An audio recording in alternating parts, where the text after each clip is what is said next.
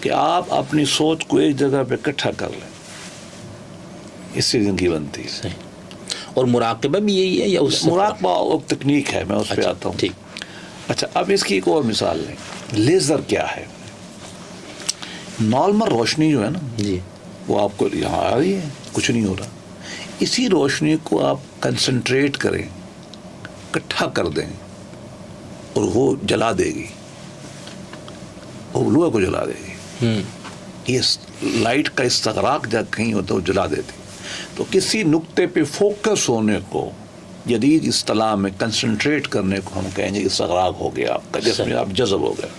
مراقبہ جو آپ نے کہا یہ ایک ٹیکنیک ہے. اچھا. مراقبہ کیا ہے؟ میڈیٹیشن. آپ نے کسی چیز کے اوپر جب سوچنا ہے، اس عمل کو مراقبہ کہتے ہیں. یہ پروسیس آف تھنکنگ، اور یہ حال ہے نا یہ استغراق. پروسیس آف میڈیٹیشن پروسیس ہے.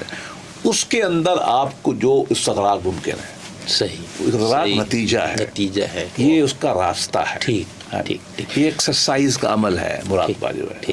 مراقبہ اٹ سیلف کوئی چیز نہیں ہے. صحیح. میڈیٹیشن پروسیس از مراقبہ.